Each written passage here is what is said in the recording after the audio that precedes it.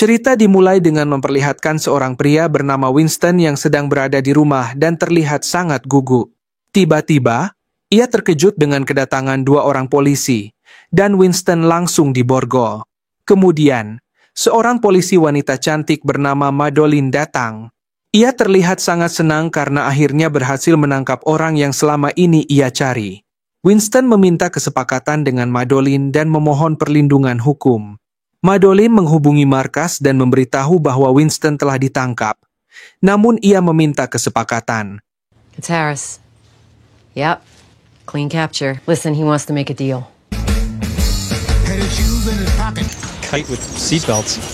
Honestly, I'd rather be on Spirit Airlines. 3 hari kemudian, terlihat Madeline akan membawa Winston ke pengadilan. Mereka melakukan perjalanan dengan pesawat kecil dan terbang bersama seorang pilot bernama Daryl. Sebelum lepas landas, Madeline menelepon atasannya, Van Sant, dan memberitahunya bahwa Winston belum memberikan informasi apapun selama dalam tahanan. Deputy Harris? Daryl Booth. Tak lama kemudian, Daryl datang dan langsung menyuruh Madeline dan Winston untuk bersiap-siap. Daryl bertanya apakah Madeline yakin tidak ingin duduk di belakang untuk mengawasi Winston. Namun, Madeline menjawab bahwa Winston sudah diborgol, jadi tidak perlu khawatir. Sure you don't want to ride in the back there with him? Sebelum lepas landas, Daryl berkata bahwa ia belum pernah terbang bersama seorang buronan. Tiba-tiba, Winston membantah dan mengatakan bahwa ia bukan buronan, melainkan saksi yang bekerja sama dengan pemerintah. Madeline yang kesal karena Winston terus berbicara, akhirnya menyuruhnya diam. Ia juga meminta Daryl untuk tidak berbicara dengan Winston. Ready to go? Yep.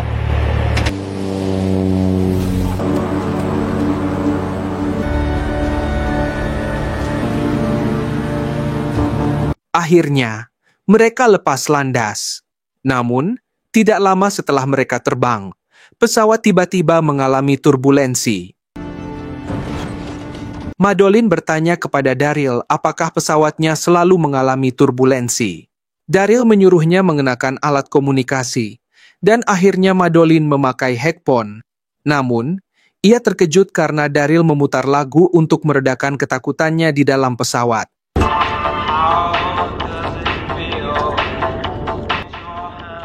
Not digging the music? Sementara itu, Winston yang tidak memakai alat komunikasi kesulitan memanggil Daryl dan Madeline.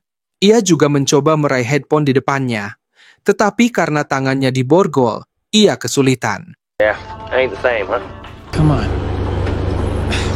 Why is he in chains? Madeline secara tidak sengaja melihat luka di leher Daryl dan bertanya, "Apakah lehermu tidak apa-apa?" Daryl menjawab, "Ya, tidak apa-apa, hanya kecelakaan kerja." Namun, saat melihat Winston dalam kondisi diborgol, Daryl bertanya kepada Madeline karena Winston mengatakan bahwa mereka berada di pihak yang sama. Madeline kemudian menjelaskan bahwa Winston memiliki ketakutan akan terbang atau aerophobia. Madeline juga mengingatkan Daryl agar tidak mudah percaya pada perkataan Winston.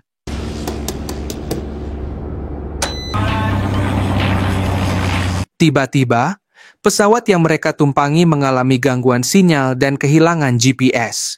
Daryl mencoba menenangkan Madeline dengan mengatakan bahwa ia berpengalaman terbang di rute tersebut. Daryl mengatakan bahwa penerbangan ke Seattle akan memakan waktu sekitar 75 menit. Namun, Madeline yang sangat khawatir meminta agar penerbangan dibatalkan. Daryl menjelaskan bahwa jika mereka kembali, kemungkinan besar mereka akan tertahan selama beberapa jam karena cuaca buruk. Ia juga meyakinkan Madeline bahwa ia akan menerbangkan mereka dengan aman karena Daryl telah menghafal rutenya. Mendengar hal itu, Madeline menjadi curiga pada Daryl karena ia belum memberitahu tujuan mereka, tetapi Daryl sudah mengetahuinya. Tiba-tiba, mereka dikejutkan oleh seekor burung yang menabrak pesawat. Daryl langsung menaikkan ketinggian pesawat agar tidak ada lagi burung yang menabrak. Sementara itu, Winston penasaran dengan sesuatu yang terlihat seperti lisensi penerbangan. Ia mencoba mengambil surat itu menggunakan kakinya. Ternyata itu adalah lisensi penerbangan milik Daryl, tetapi fotonya berbeda. Oh, shit. Seketika, Winston mencoba memanggil Madeline untuk memberitahunya bahwa pilot itu bukan Daryl yang sebenarnya. Agar Daryl tidak curiga, Winston pura-pura menjatuhkan benda tersebut dan meminta Madeline untuk mengambilnya. Madeline yang mengira Winston hanya ketakutan akan terbang, segera menenangkannya dan berkata bahwa semuanya akan baik-baik saja. I don't care, Winston. Suck it up. No, it's like I feel really bad. Like I got a bad... Daryl bertanya apa yang terjadi pada Winston, dan Madeline menjawab bahwa Winston ingin muntah. Mendengar itu, Daryl segera memberikan kantong muntah kepada Winston. Saat Daryl hendak memberikan kantong tersebut, Madeline secara tidak sengaja melihat darah di baju Daryl. Ia mulai berpikir bahwa sebenarnya Winston ingin memberitahunya sesuatu. Madeline semakin curiga pada Daryl karena sebelumnya ia melihat leher Daryl terluka dan sekarang melihat darah di bajunya. Madeline lalu bertanya bagaimana Daryl mengetahui tujuan mereka, padahal ia belum memberitahukannya. Daryl dengan santai menjawab bahwa ia pikir Madeline bukan berasal dari Alaska, jadi kemungkinan besar akan terbang ke Seattle. Madeline yang masih curiga kemudian meminta Daryl untuk menghubungi menara pengawas, ATC, melalui radio. Daryl segera mencoba menghubungi ATC, tetapi rute pesawat yang melewati pegunungan menghalangi sinyal, sehingga mereka gagal menghubungi ATC.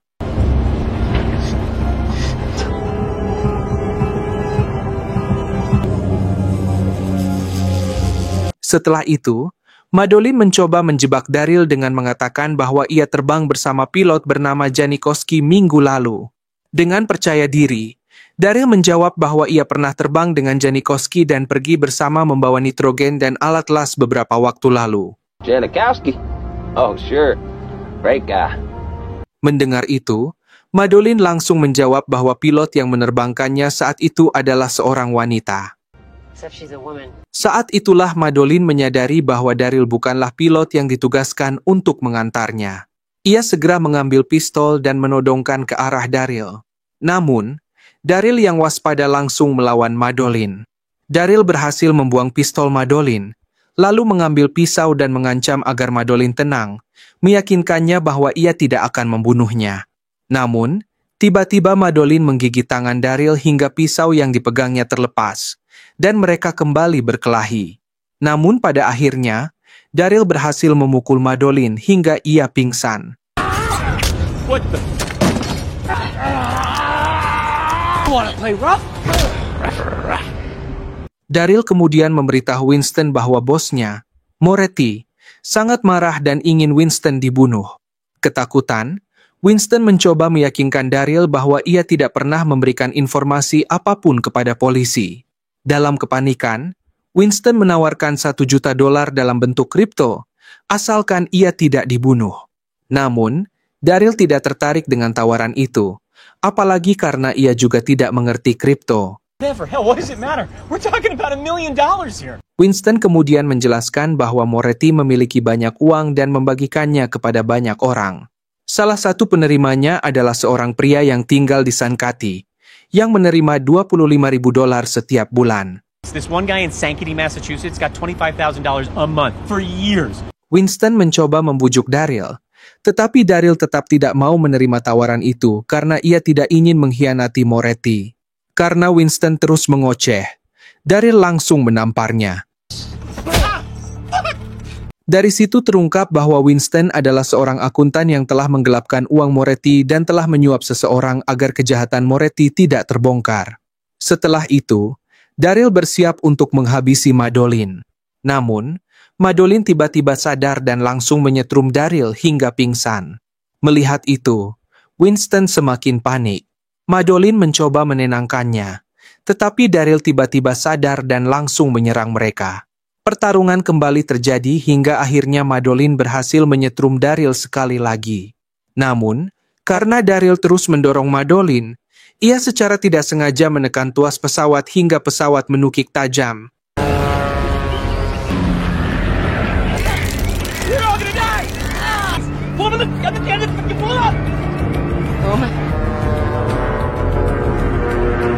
Madolyn segera menarik tuas kemudi pesawat hingga stabil.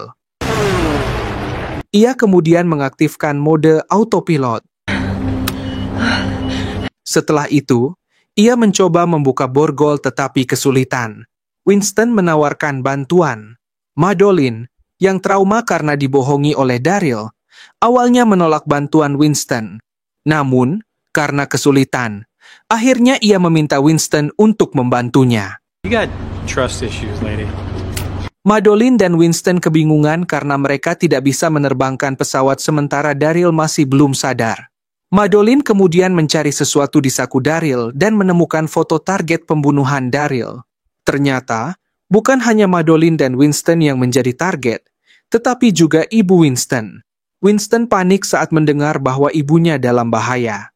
Madolyn meminta Winston untuk tetap tenang dan fokus, karena tidak ada yang bisa mereka lakukan sebelum mendarat.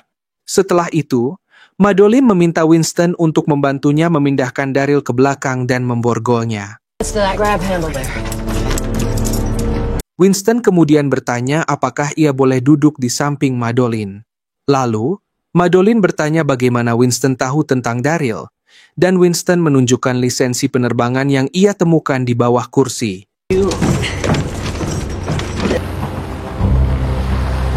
Tak hanya diam, Madolyn mencoba meminta bantuan dan berhasil terhubung. Ia kemudian melaporkan ketinggian dan lokasi pesawat. Namun, saat terbang di atas pegunungan, sinyal mereka langsung terganggu, dan sambungan pun terputus. Help! I need help. 3,000 feet. Okay, you're a little low, but All I see is mountains. Can you say again? I said... Come on. Hello? Hello? Winston mengatakan bahwa seharusnya pilot melaporkan situasi ini, dan Madolyn teringat bahwa ia seharusnya menelepon menggunakan telepon satelit. Akhirnya, Madolyn berhasil terhubung dengan Van Sant. Ia memberitahu Van Sant tentang situasi yang terjadi. Van Sant diminta untuk segera mengirim bantuan dan juga mengirim petugas ke rumah ibu Winston. Compromised. The pilot wasn't who he says he was. He's one of Moretti. Officers over to Winston's mother's house, okay? She may be in danger. Okay, all right. Don't worry, we're on it. I will call you back. Okay. Secara mengejutkan, Daryl sadar kembali dan tiba-tiba tertawa saat mendengar Madolyn yang membutuhkan seorang pilot. Madolyn meminta Daryl untuk menunjukkan cara menerbangkan pesawat, tetapi Daryl menolak dan malah bercanda. Tiba-tiba, Madolyn langsung mengacungkan pistol dan bersiap menembak Daryl. Namun, Daryl memperingatkan bahwa jika Madolyn menembaknya, pelurunya akan menembus tangki bahan bakar pesawat dan menyebabkan ledakan. Tak lama kemudian, Madolyn dihubungi oleh seorang pilot bernama Hasan yang mengarahkan cara menerbangkan pesawat. Hasan meminta Madolyn untuk memberitahukan ketinggian dan kecepatan pesawat. Namun, dalam keadaan panik, Hasan malah bercanda dan menggoda Madolyn. Anehnya, hal itu justru membuat Madolyn sedikit lebih tenang. Ready? You're just going to ease that yoke to the left. Hasan lalu mengarahkan Madolyn untuk perlahan menarik kokpit pesawat ke kiri dan kemudian sedikit menariknya lagi sebelum mengarahkan pesawat ke tenggara. Akhirnya, Madolyn berhasil menstabilkan pesawat. We're good. I have no doubt. Sementara itu, Daryl terus berusaha melepaskan borgolnya namun gagal. Namun, Daryl mendapat ide saat melihat pisaunya yang terlempar saat bertarung dengan Madolyn. Daryl kemudian mencoba memprovokasi Winston dengan mengatakan bahwa setelah berhasil membunuhnya, ia akan memotret Winston dan mengirimkannya ke ibu Winston. Winston menyadari bahwa Daryl mengetahui alamat ibunya. Madolyn lalu bertanya kepada Winston apakah Moretti memiliki mata-mata di departemen. Winston menjawab bahwa satu-satunya orang yang ia beritahu tentang alamat ibunya adalah hakim ketika ia membuat laporan perlindungan saksi. Seketika, Madolyn berpikir bahwa mungkin ada orang dalam Moretti di kepolisian. Tak lama kemudian, Van Sant menelepon Madolyn dan memberitahunya bahwa ia telah mengirim bantuan. Van Sant juga mengatakan bahwa polisi telah menemukan Daryl yang asli, yang ternyata telah dibunuh di apartemennya. Madolyn kemudian bertanya kepada Van Sant siapa lagi yang tahu tentang Winston. Van Sant menjawab bahwa hanya ia dan hakim yang tahu tentang Winston. Namun, Van Sant menambahkan bahwa bisa saja ada orang lain yang mengakses informasi itu. Tanpa disadari, pesawat yang mereka tumpangi hampir menabrak gunung.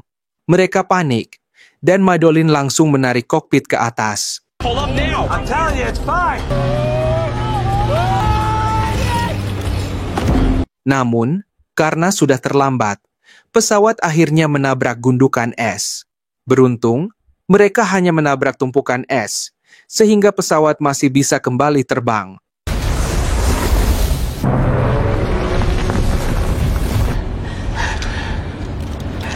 Namun, kejadian itu justru membuat Daryl senang karena ia menyukai sensasi adrenalin. Daryl juga senang karena Madolyn tidak membunuh tahanannya, Winston.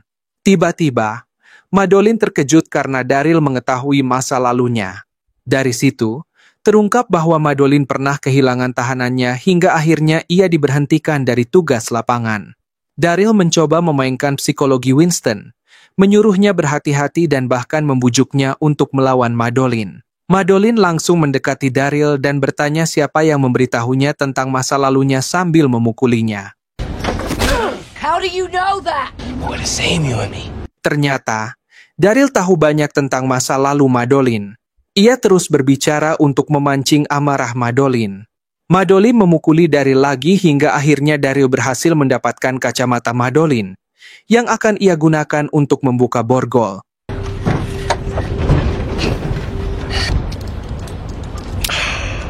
Sementara itu, Winston ketakutan dan meminta Madolyn menjelaskan apa yang dikatakan Daryl. Madolyn menceritakan bahwa 2 tahun lalu, ia bertemu seorang wanita bernama Maria yang melarikan diri karena bertengkar dengan pacarnya yang seorang mafia. Di sana, Madolyn melanggar protokol keamanan dengan membiarkan Maria mandi tanpa penjagaan. Kemudian, tiba-tiba seseorang melemparkan bom Molotov ke kamar mandi, dan Maria terbunuh.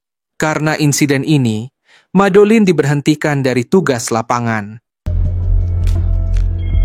Setelah menceritakan kisahnya, Madolyn segera menghubungi Van Sant dan memberitahunya bahwa kebocoran informasi berasal dari kantor dan bahwa ada seseorang yang menjadi mata-mata.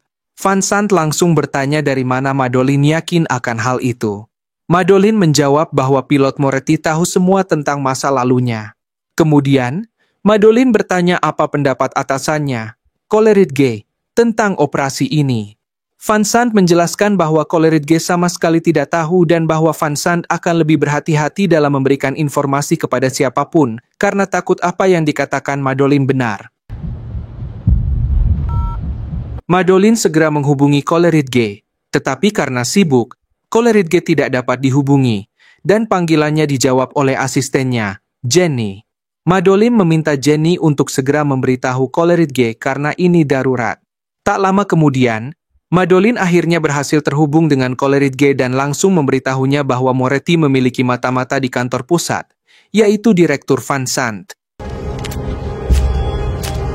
Mendengar itu, Coleridge G terdiam dan mengingatkan Madolyn bahwa Van Sant telah membantunya kembali ke tugas lapangan. Lalu, Coleridge G meminta Madolyn untuk menelepon langsung ke nomor rumahnya di Sankati.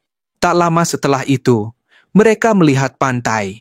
Madolyn segera menghubungi Hasan. Hasan mengarahkan Madolyn untuk perlahan memutar pesawat ke kiri dan mengikuti garis pantai ke arah timur. Tiba-tiba, Madolyn teringat bahwa Winston menyebut telah menyuap seseorang sebesar $25.000 per bulan.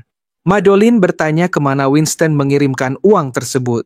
Winston menjawab bahwa ia mengirim uang itu ke rumah seseorang di daerah Sankati. Fuck. What? IP address in Sankey, Massachusetts. Holy shit. Mendengar hal ini, Madolyn langsung menghubungi Van Sant dan mengatakan bahwa Coleridge G lah yang telah membocorkan operasi. Madolyn meminta maaf karena sebelumnya tidak mempercayai Van Sant dan malah menghubungi Coleridge G karena mencurigai Van Sant. Madolyn sangat kesal karena kecerobohannya telah membuat kasus menjadi lebih rumit. Kemudian, Madolyn menghubungi Hasan lagi untuk memberitahu posisinya agar bantuan bisa segera datang. Saat itu, Madolyn mengatakan bahwa ia baru saja melewati bangkai kapal. Tak lama setelah itu, Hasan melaporkan bahwa tim penyelamat telah menemukan lokasi Madolyn. We've got a pretty good fix on your location. Yeah? Yes. Tanpa disadari, Daryl telah berhasil melepaskan borgol di tangannya. Ia langsung menikam Winston dan mencekik leher Madolyn.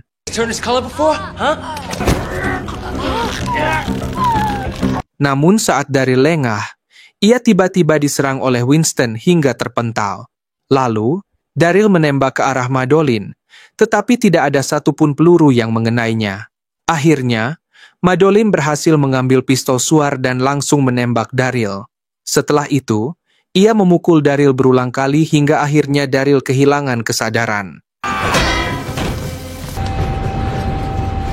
Melihat hal itu, Madolyn langsung bergegas untuk mengobati Winston.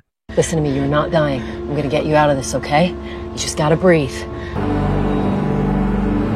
Tak lama kemudian, Hasan menghubungi Madolyn dan menanyakan keadaannya. Madolyn memberitahunya bahwa Winston telah ditikam. Hasan segera mengatur tim medis untuk menyelamatkan Winston. Setelah itu, Hasan memberitahunya bahwa dalam waktu sekitar 20 menit, Madolyn akan mendarat. Melihat kondisi Winston yang semakin mengkhawatirkan, Madolyn meminta cara agar pesawat bisa tiba lebih cepat karena ia tidak ingin Winston meninggal. Hasan menyebutkan bahwa Madolyn bisa lebih cepat, tetapi pendaratan akan sangat sulit. Madolyn bersedia mengambil risiko itu dan meminta Hasan untuk memberitahu apa yang harus dilakukan. Hasan langsung mengarahkan Madolyn untuk menarik tuas pencampur bahan bakar dan mendorong tuas throttle sepenuhnya. Winston meminta maaf karena telah menyeret Madolyn ke dalam masalah. Dalam keadaan sekarat, Winston mengatakan kepada Madolyn bahwa ketika ia masih sekolah, ia adalah anak yang sangat pintar dan bisa melakukan apa saja. Winston berkata bahwa ia bisa saja mendapatkan pekerjaan yang lebih baik, tetapi malah memilih pekerjaan yang kotor dan berisiko. Winston kemudian meminta Madolyn untuk pergi ke rumah ibunya dan memberitahunya bahwa ia telah berbuat baik. It would mean a lot to her. Please. Beberapa saat kemudian, Madolyn menelepon Jenny untuk menghubungkan dengan Van Sant. Namun, Coleridge yang mengangkat telepon. Madolyn hanya bisa diam mengira sesuatu telah terjadi pada Van Sant. Coleridge kemudian mengatakan bahwa Van Sant telah meninggal setelah ditabrak mobil saat keluar dari kantor. Tiba-tiba, Madolyn menangis histeris dan mengatakan bahwa Coleridge telah bekerja sama dengan Moretti. Oh, it was you. I'm not sure where you're going with this, Madeline. 25 grand a month? You're going fucking Fuck crazy. you! Careful! Listen to You me. be fucking careful! Madolyn sangat marah dan berjanji akan memasukkan Coleridge ke penjara. Tak lama kemudian, Hasan menelepon kembali dan memberitahunya bahwa Madolyn akan segera mendarat. Ia meminta Madolyn untuk memakai headphone dan mengatur radio ke frekuensi 1215. Setelah itu, Madolyn mencoba membangunkan Winston, yang terlihat sangat pucat karena kehilangan banyak darah. Namun, tiba-tiba, dari belakang, Daryl yang sudah sadar bertanya mengapa Madolyn tidak membunuhnya. Because I'm not like you. Dalam kondisi yang sangat putus asa, Winston melihat pesawat penyelamat yang telah tiba dan mengarahkan mereka untuk mendarat dengan aman. Tak lama setelah itu, Madolyn akhirnya bisa melihat landasan pacu. Terlihat bahwa Daryl terus mencoba membuka borgolnya sampai jarinya patah dan kulitnya terkelupas. Throttle to 25.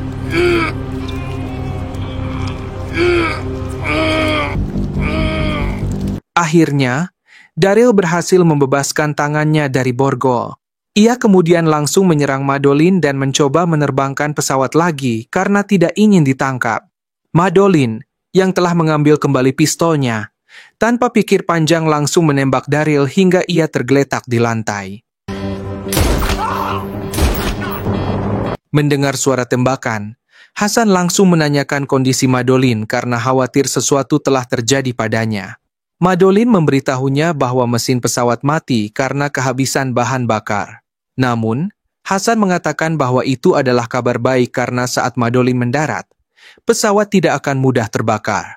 Hasan terus mengarahkan Madolyn.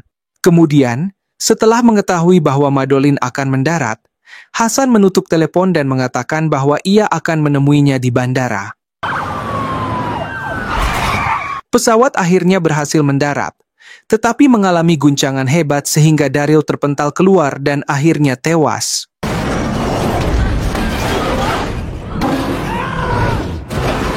Madolyn terus berusaha mengendalikan pesawat dan akhirnya berhasil mendarat dengan selamat. Ia langsung membangunkan Winston dan sangat senang karena Winston masih hidup. Yeah, we did. Tak lama kemudian, polisi tiba dan Madolyn langsung memerintahkan mereka untuk mengevakuasi Winston. Akhirnya, Madolyn bisa merasa lega karena telah mendarat dengan selamat dan tepat waktu sehingga kejadian masa lalu tidak terulang kembali. Di sana, Madolyn telah ditunggu oleh Hasan, yang tampak sangat senang karena Madolyn telah mendarat dengan selamat. Namun, Madolyn tiba-tiba melihat seorang polisi bernama Milko sedang menelepon dan kemudian masuk ke dalam ambulans yang membawa Winston. Tiba-tiba, Madolyn langsung berlari menuju ambulans. Terlihat jika Winston akan dihabisi, tetapi Madolyn langsung menembak, dan akhirnya Milko tewas. Ternyata, Milko sedang menelepon Coleridge Gay yang memerintahkannya untuk segera menghabisi Winston. Madolyn langsung mengambil ponsel Milko dan mengatakan kepada Coleridge Gay bahwa ia akan menangkapnya segera.